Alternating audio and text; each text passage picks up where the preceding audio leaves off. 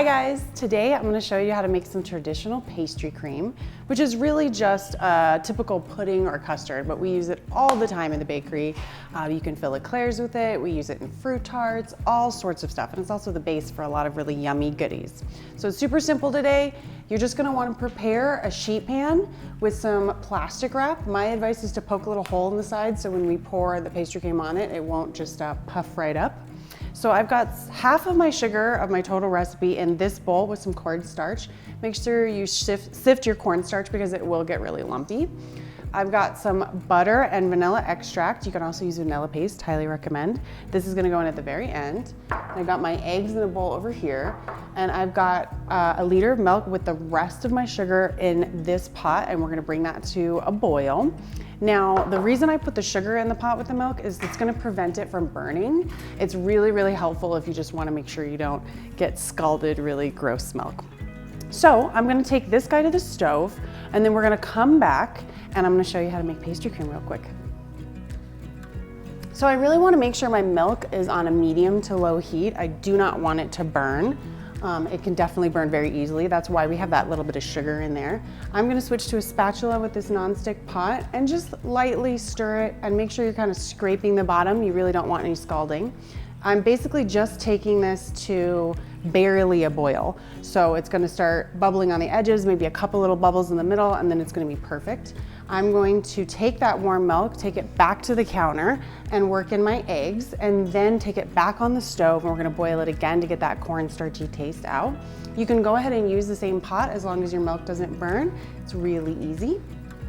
And this should only take about maybe 5 or so minutes. Just make sure you're really careful in watching it. All right, guys, this milk is ready to go. It's bubbling on the side, starting to bubble on the bottom. So I'm gonna turn off that heat, take it right off the stove with me.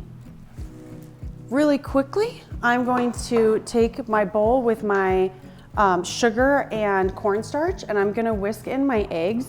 You really don't wanna add your eggs to your cornstarch too soon. It will start to break down the proteins and it's not so great.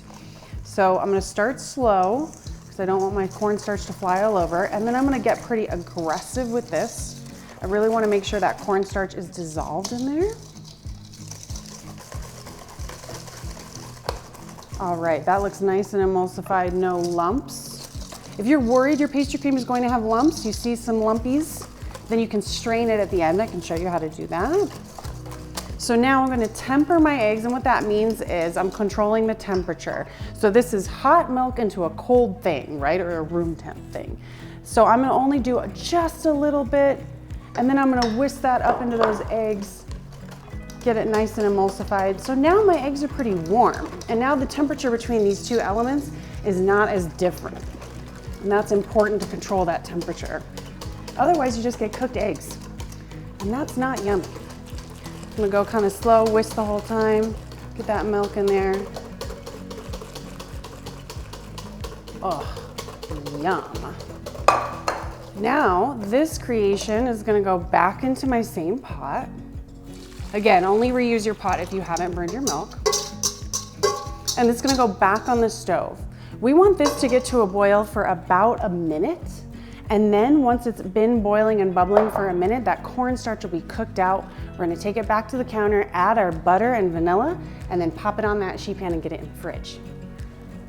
So again, this is a non-stick pot, which is why I've switched to a spatula instead of a whisk. Normally I make this with a whisk, but the spatula is gonna be fine. You really wanna make sure as you're doing this, you're scraping the bottom with your spatula, scraping down the sides, making sure nothing's like burning to any part of it or sticking to any part of it. Eggs and milk really like to curdle up if you get them too hot. So I'm on a medium-low heat again as well. You might have to adjust to your stove depending on how hot your stove is. This is a really nice, even temperature right here, and I'm loving it. Sometimes it can be hard to see whether or not it's boiling as you're stirring and kind of frothing it up. You can just stop for a moment to see, and you're going to start to feel the temperature rise onto your hand as you're stirring. If it gets a little hot for you, turn the temperature on your stove down. All right, you can see it start to bubbling on those edges right there. That's the point at which I'm gonna start timing it and say 1 minute. We just want those starch granules to cook out. You really will taste them if you don't get that on the stove for a minute. Let it set up. To control your heat, you can always take your pan off the flame for a little bit. Oh yeah. You can see that shine. All right, this beautiful pastry cream has gone off the stove. Look at that beautiful color. Now I'm going to add my butter and my vanilla at the very end. If you want, you could add almond extract, you could do all sorts of stuff. It's up to you.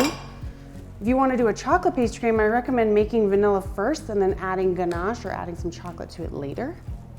And it's just even better. And that little bit of butter is just really going to give us a beautiful mouthfeel. It's a very important part of our industry, is how something feels when you're eating it. So this is the stage, if you're noticing that your pastry cream looks a little lumpy or a little funky, you think you maybe got it too hot, you can put it through a strainer. I don't usually do that, but just in case, if you want to. And I just want to make sure all of that butter is melted. You can see that little chunk right there sitting on top. This pastry cream is quite warm, so it will continue to melt. And you're just really giving it a creamy, beautiful texture. Oh my goodness gracious. When we put it on the sheet pan to cool, nice and flat like this, it's going to cool at a really even temperature, and then we make sure everything is cooled at once and not too hot. If you don't have a sheet pan to spare, don't worry about it. You can put it in a bowl, but make sure you give it at least 6 to 8 hours in the fridge.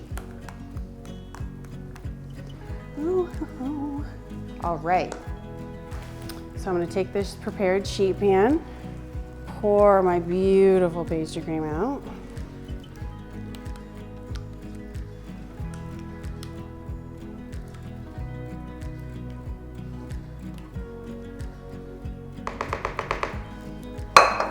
Smooth that out on the surface. And then I'm gonna wrap it in some saran wrap. And as you know, probably from eating Jell-O as a kid, pudding can form a skin. So we're not gonna let it do that. And the way we're gonna do that is we're gonna take our saran wrap and we're gonna press it, my favorite part.